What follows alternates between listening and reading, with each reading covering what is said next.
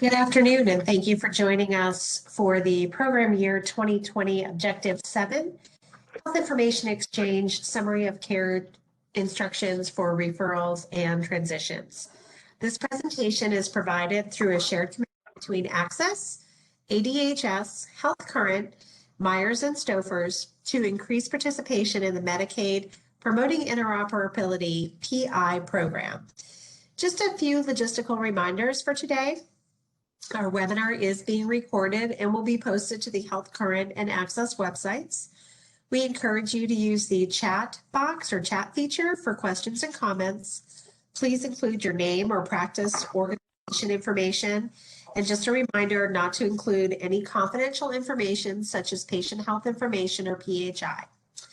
As a reminder, we are muting all lines. And I'm going to turn it over to Connie Ide to introduce our today's presenter. Are you with us? I am. Thank you, Christine. Cindy Manning, who is a Health Current Health Information Exchange at HIE, as we all know it, account manager, is our presentation presenter today. Cindy has been with the HIE for the past 3+ years. She's very experienced and very good at what she does, and I was so excited when she was going to be the presenter for today. She has experience working with over 150 of our HIE participants, so she knows her stuff. So Cindy, take it away. You may begin your presentation. Thank you, Connie. I'm glad to be here. Today we're going to be addressing Access Promoting Interoperability, the PI program, focusing on facilitating a transition of care via the Health Information Exchange, the HIE. So what is the Health Information Exchange?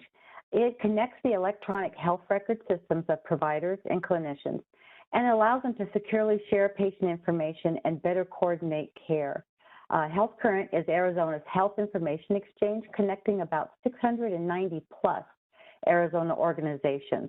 And this covers first responders, hospitals, labs, community behavioral health, and physical health providers to post-acute care and hospice. You are more than welcome, and I do encourage you to access Health Current's website. And if you go to the HIE tab on the website and you go to HIE participants, you can look at the data providers and the data types. This is updated every month, and it includes the ACOs and clinically integrated networks, behavioral health providers, community health providers, emergency medical services, rural health clinics, hospitals and health systems, labs, imaging centers and pharmacies, long-term and post-acute care, state and local government, health information exchanges. You can download the entire list, or you can search all data and providers by data type, and you can sort them as well. And if you want more information about the Health Information Exchange, please email our recruitment department at healthcurrent.org. So there's a lot of benefits of the Health Information Exchange. I did put up the most recent Health Current statistics. We do have 4 types of information provided.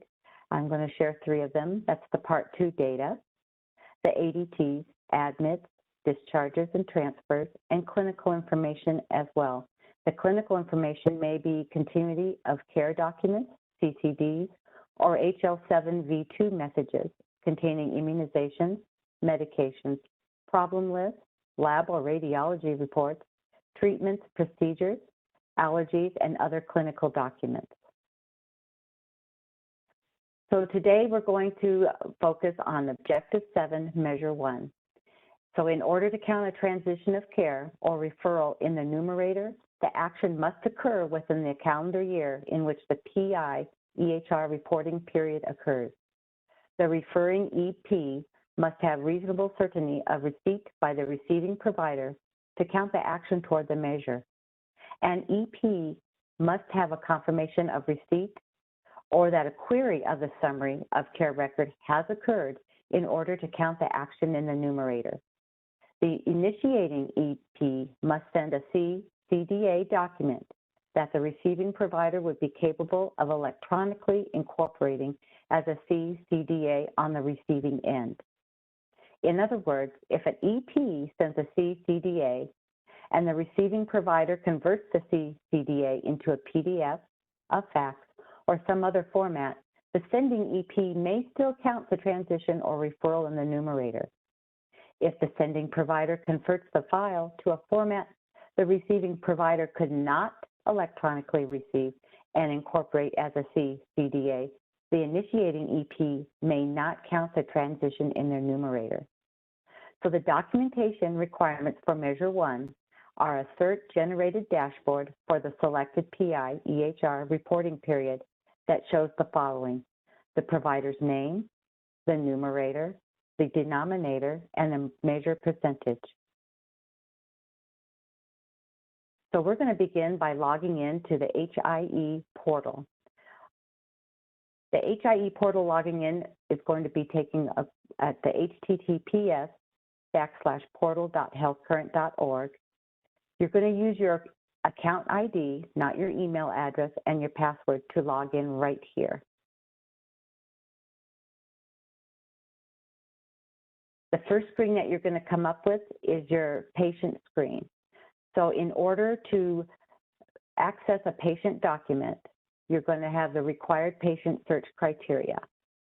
1 is the patient's first name, 2 is the patient last name, 3 is the patient date of birth, and 4 is the search reason.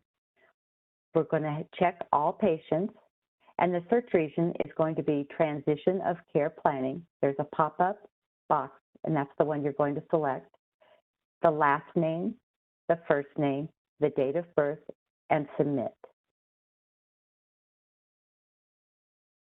There's the patient. This is a test patient. This is Marilyn Ardell. If you have more than one Marilyn Ardell in it, hover over to get the correct one. You're going to confirm the date of birth, the gender, possibly the last 4 digits of the social. And this is what the hover over looks like. The patient's record has now been displayed in its entirety in the screenshot below. If multiple clinical sections are assigned to the same box in the grid, the clinical selection names appear in tabs at the top of the box. Click a tab to view the data for that clinical section. So right now we are looking at data limited to the last 30 days for patient Marilyn Ardell. And right here it shows that there is no activity for the last 30 days. So we're going to select another date range.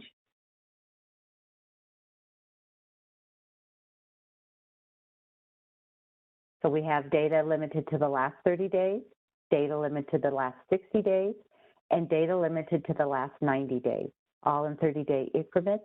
Or you can select show all data. If you do show all data, there's going to have a little box that pops up at the top saying loading all the data may take a few minutes. Are you sure you want to view it? And you can click OK. So now you're going to see the difference. There is no date range right here. However, you can also see that there's 3 ambulatory encounters. There's going to be more. It's going to have some pop-ups. There's 11 conditions, 1 lab, allergies, medications, immunizations, and procedures. So this is the patient summary in its entirety. The number in the parentheses next to each section header indicates the number of data items in that section. So now you can view the clinical message and download files that pertain to the patient whose data you are viewing. Click on the More tab to see other encounters, emergency and inpatient encounters. You can see that they have 2 other encounters, 2 emergency encounters, and 2 inpatient encounters. So you're going to be able to view more detail about the data items in any of the clinical sections. So you want to hover over with your mouse cursor over an item, and a small pop-up box will appear with a brief overview of the result. So I'm hovering over the urgent care, and it pops up and it lets me know who the attending physician is or provider. It's letting me know that the referring provider is unknown. The reason is unspecified pre-glaucoma, the source, the date range, the duration of their stay, the subject type or class, which is unknown and inpatient. The admission type was urgent, and there's the encounter ID. Where appropriate, these pop-up windows may also have links to other related data, such as the links for view condition details and view result details, which is shown in the example below. When clicking on the entry, you will review the result details. And so we clicked on this, and this lets us know that for Marilyn, she has a condition type is the diagnosis. It's essential hypertension. There is no date range. This is the source, and it was received on June 10th. So here's the condition details right here. The download summary PDF dialog opens, in which you are able to specify a date range to download or download without a specified date range. So over here under patient actions, on the left side of your patient summary is download summary PDF. I can select a date range, or I can go without a date range. You're going to always click download. And then after it downloads, it indicates how many pages there are. And it comes in a nice PDF with hyperlinked text. You can download it or you can print it.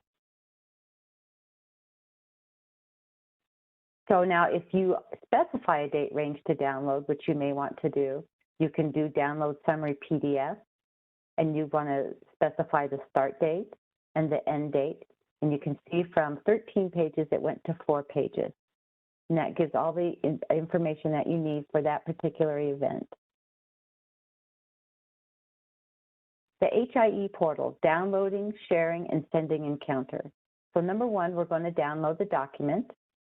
You're going to click on this arrow here. It's going to say download. You're going to download it to the desktop or wherever you are structured to download it to. There's the file name. Then you're going to hit save. So downloading, sharing, and sending the encounter. So we're going to select the webmail. We're going to select compose. We're going to select the recipient.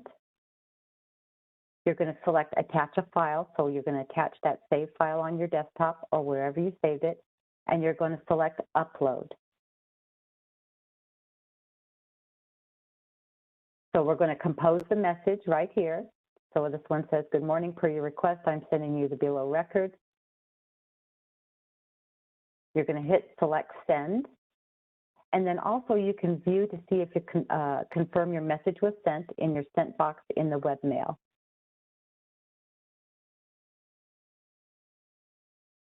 So now we're going to receive the encounter.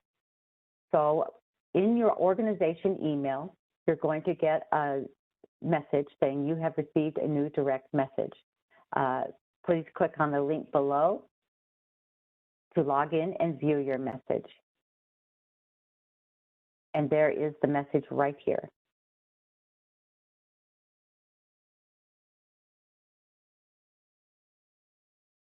We're going to open the encounter in Mirth Webmail, so it comes in a PDF. You're going to click here, so there's one of 4. We're going to download it or save it. We're going to save it wherever you want to save it, back on the desktop. And there are the 4 documents that originally were sent to us. So we have confirmed that we received it, and we've confirmed that it was sent. Share the patient summary. So using the patient action box on the summary tab allows the user to send a summary of the patient's record to other providers and or download a summary for their organization's records in both machine and human readable format. So we're going to select share summary from our patient action box on the left. We're going to select our recipient. We're going to select our destination. And we're going to do the system default PDF template and click on Share Now. And it has been shared. And it comes through to your organization's email or directly, and you can click on it here to see the message in its entirety. And also you're going to be able to get message was successfully sent from the senders. So here is the summary again in PDF. Well, this is the document that we shared. So now we're going to download a consolidated clinical document architecture. That's a CCDA, CCD. The dialog opens in which you specify a date range for a summary file to be downloaded as a CCDA, CCD. So in the patient action box on the left, we're going to select download. We're going to specify a date range. The download, downloads a consolidated clinical document, and it opens up when you specify a date range for a summary file. This one will open up in XML format. You can see it right here.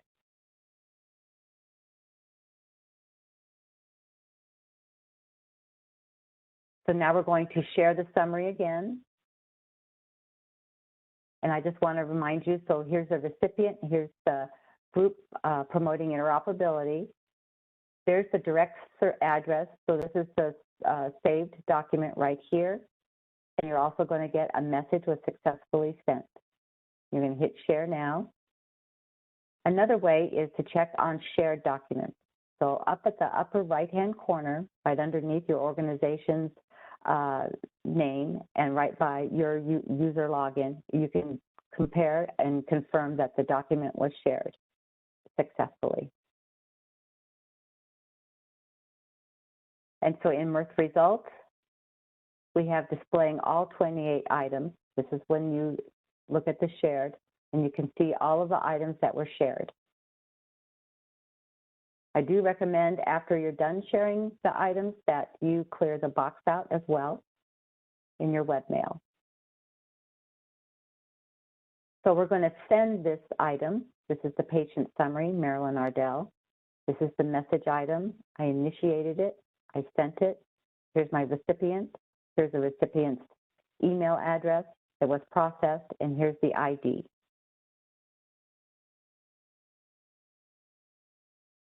Comes at a clinical message notification. This is at the recipient. And then it'll say this is a clinical message notification. Please see attachment for the message that matched your subscription policy. And this is the summarization of an episode right here. The table of contents are all hyperlinked. Problems, conditions, and diagnosis. So this is what it looks like when you open it up and you go right to problems, conditions, and diagnosis. So I clicked on this. This is the hyperlink. And this is the CCDA, its entirety, the clinical message in XML. You can download it from here as well. And there it is on the side. You can open up this file.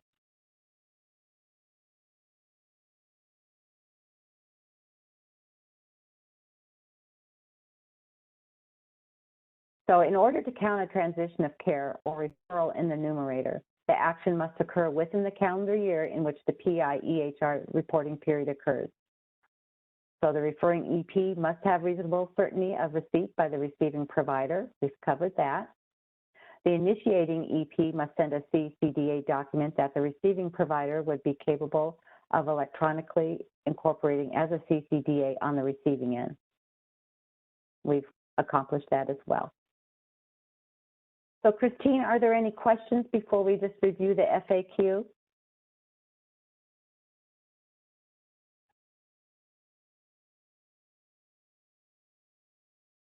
Christine? Hi, Cindy. Go ahead, Christine. There are no questions in the chat. I'm sorry, Cindy, I missed your question. Oh, that's okay. So I'm just going to review some, this presentation will be sent out, and I've included some FAQ. So just some basic as well as some focusing on these clinical measures as well. And these were generated as a result of last time we presented in the fall. We got some questions, so I added them in as well.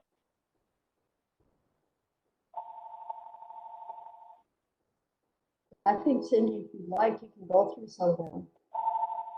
I'm sorry, I can't hear you, Connie. I said, if you'd like to go through the FAQs, you may go ahead and do it if you'd like. Okay, I'll take some of them that really pertain. So what is interoperability? It describes the capacity of one health IT application to share information with another in a computable format. That is, for example, not simply by sharing a PDF, a portable document file.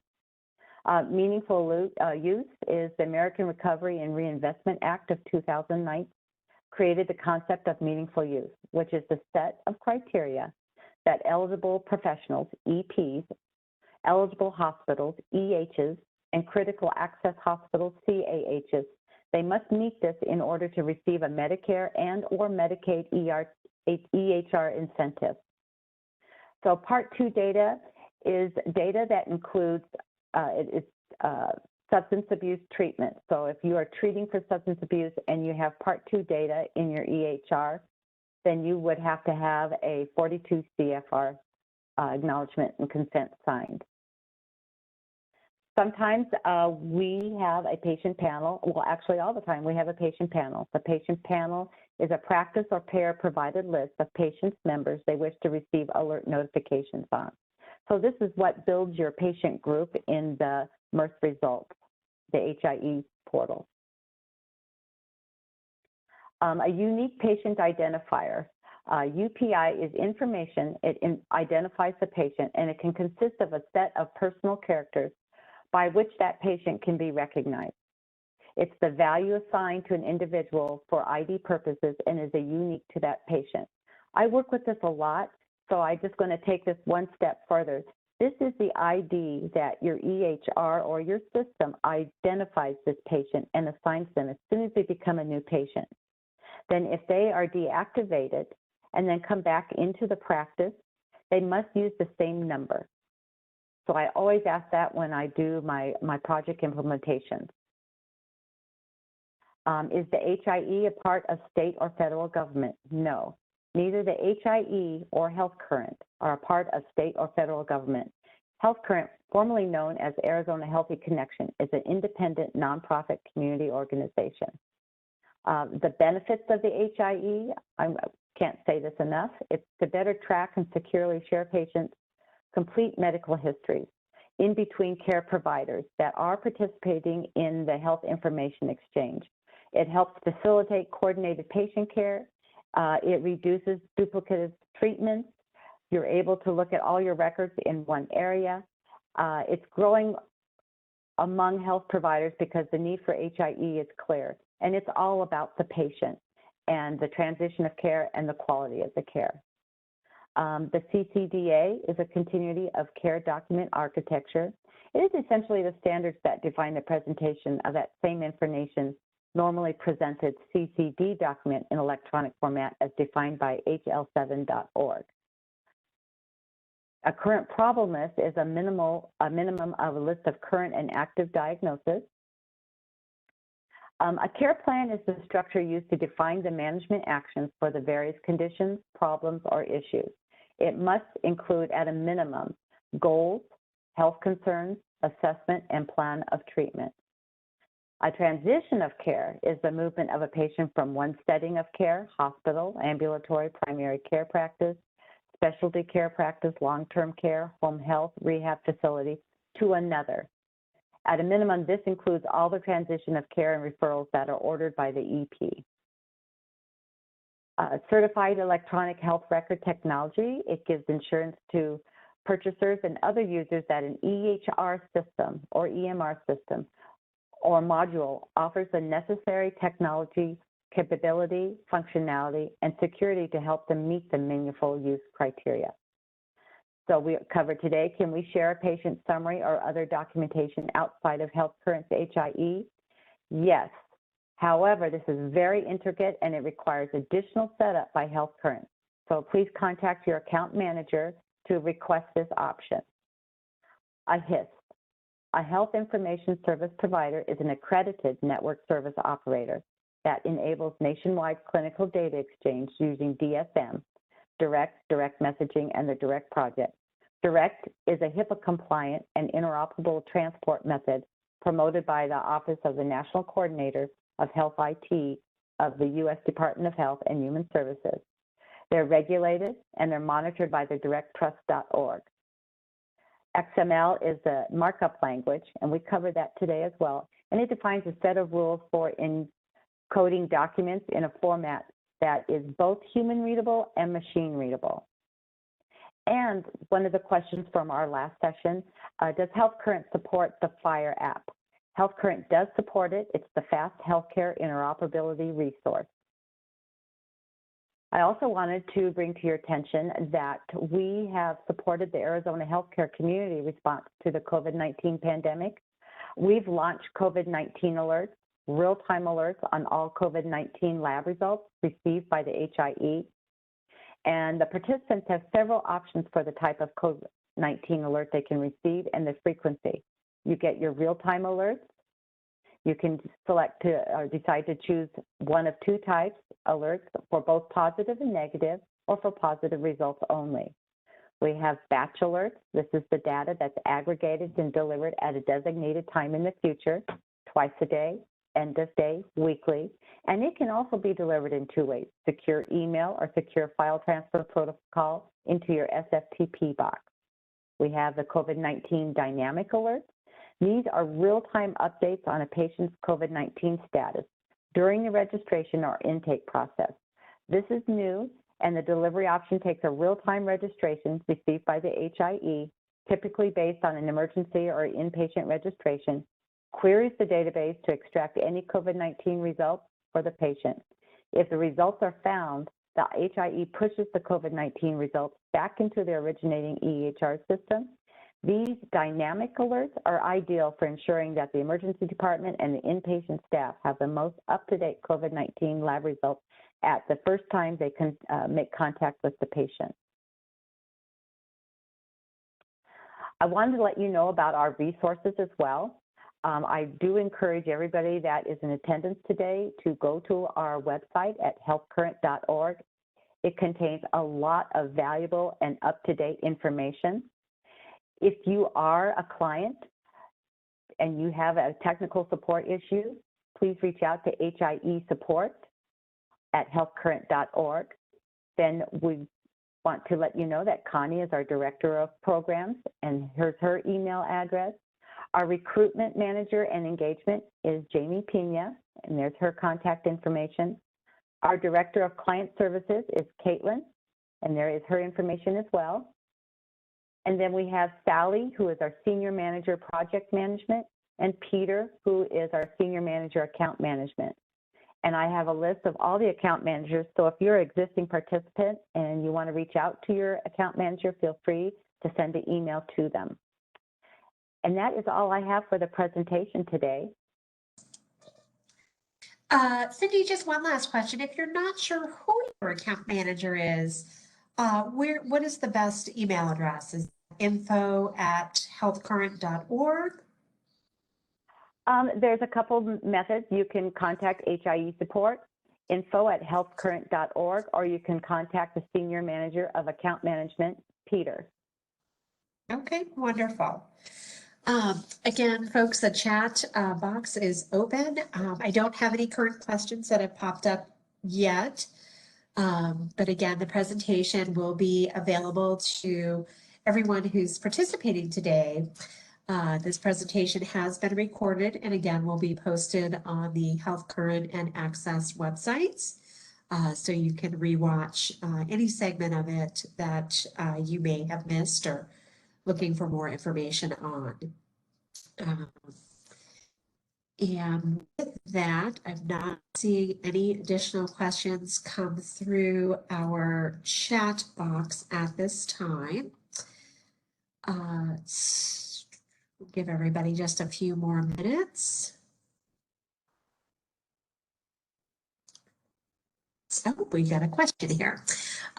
Do we envision being able to submit things like referrals to other within the HIE? I believe that is in progress, but that would really, Christine, I'm going to defer to you, but I also will be glad to get the information and send that. I think we are working on that. Now, if they are one of our participants, you can certainly look them up and you can send the referral securely, HIPAA compliantly that way as well. I know for sure it's on our participants if they have a direct secure email. Awesome. Go ahead, do you follow up to that as well? Okay. Excuse me? The next question that came in is that this organization uses Cerner and their EHR is able to parse out problems, meds, and allergies once receiving the transition of care document to perform the e-reconciliation. What is the recommended way to share or download in order for the EHR to do this seamlessly? That is a very good question, and I do not have the answer other than the way that I presented it today. So I'm not very familiar with Cerner. I will become familiar with Cerner. And I'm not sure if Sally is on. She has worked with Cerner. Peter says, yes, Health Current is in the process of rolling this out. Okay, awesome. So this is Connie. So what we can do is once we get that process in place, perhaps Peter or you, Cindy, maybe Sally, can let me know, and I will get it out to everybody that was on this webinar. Thank you, Connie. And yes, Peter did respond that Health Current is in the process of rolling out its very own SDOH closed loop referral platform. So look for more information to come regarding this new tool that Health Current will be offering. So thank you, Peter. Again, the chat box is open. Oh, what is SDOH? That is the social determinants of health.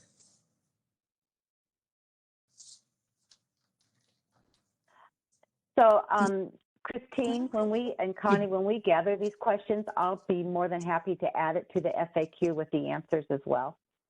Okay, wonderful. Thank you, Cindy. Hey, Cindy, this is Peter. Hi. I just wanted to mention regarding Joanne's question, Cerner and their EHR capabilities. We have a bidirectional connection with one of our participants who uses Cerner, and they are able to not only send us their data electronically, but they can query us as well and retrieve data from the HIE, which automatically is ingested into their EHR Cerner, and that information then parses out into their system. So I'm not sure, Joanne, if that answers your question, but if that's something you're interested in, we can definitely do a project around that. Or if you have another specific question about sharing or downloading it to do this seamlessly, definitely reach out to your account manager, and we can get a conversation and talk you through what exactly you're looking for and how we can assist with that. Thank you, Peter. Yes, thank you so much, Peter. Much appreciated. You're welcome. Again, the chat box is open, so please encourage you to ask questions for today's presentation. Give everybody another minute or so in case they're typing.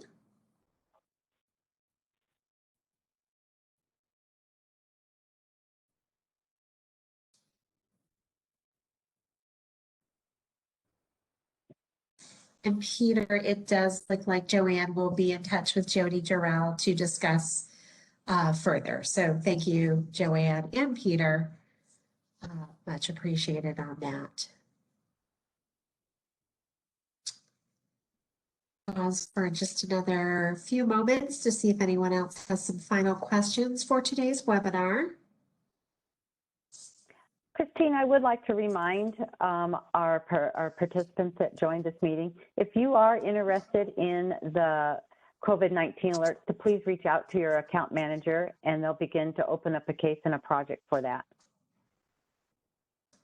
Thank you, Cindy. That is good information for those who are not receiving COVID-19 alerts currently in their EHR systems. Okay, we're not seeing any additional questions come through. Just a reminder to everyone on the call today, thank you again for participating. The call has been recorded and will be posted along with any Q&As to the Access and Health Current websites. This concludes today's webinar. Thanks to Access for sponsoring this presentation. Thank you for all who participated and enjoy your day. Take care now. Bye-bye. Thank you for joining.